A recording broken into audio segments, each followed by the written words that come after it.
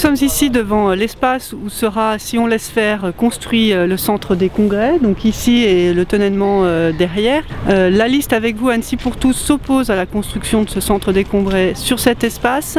Donc première chose, nous arrêterons ce projet en bord de lac.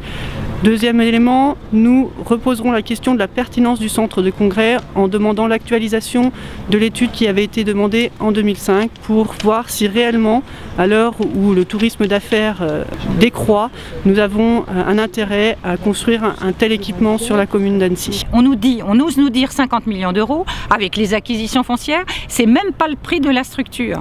Imaginez une structure qui va être sur 15 mètres de haut, 120 mètres de large, avec 6 mètres en profondeur. Et c'est nous qui l'ont payé, et ce pendant 40 ans. Donc nos petits-enfants vont payer le prix du centre des congrès.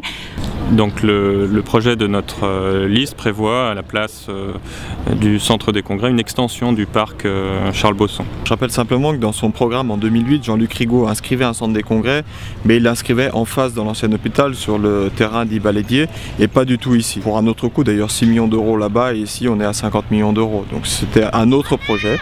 Et puis on a vu au fil du temps, sous l'impulsion de Bernard Accoyer, Jean-Luc Rigaud, proposer ce site. Tout ça a été décidé dans les salons feutrés de la mairie d'Annecy sans aucune concertation avec les citoyens.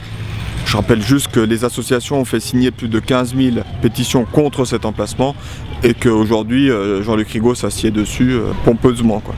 Alors, on se bat parce que si on laisse la porte ouverte ici à la bétonisation, après c'est tous les bords du lac qui sont susceptibles d'être bétonnés aussi. Donc l'enjeu il est là, il est de protéger évidemment cette presqu'île, mais de protéger l'ensemble du lac d'Annecy qui demain peut être soumis à une pression immobilière encore plus forte. Les communes ici, le bassin de vie, avaient candidaté pour faire classer le lac à l'UNESCO. Ça a été refusé par le fait qu'on a déjà une urbanisation qui est trop importante et anarchique sur l'ensemble des pourtours du lac. Donc on a là un exemple de ce qu'il ne faut surtout pas faire pour l'avenir.